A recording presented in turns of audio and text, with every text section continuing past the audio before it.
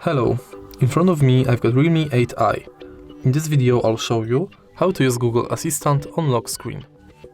Firstly, open Google app, tap button in the right corner and go to settings. Enter Google Assistant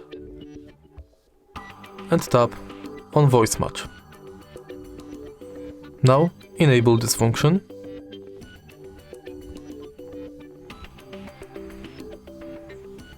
OK Google. OK Google. OK Google.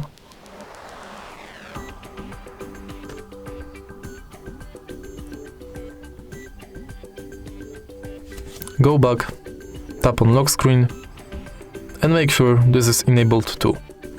Then you can lock the screen and simply say, "Hey Google, what's the weather like today?" It's 12 and mostly sunny.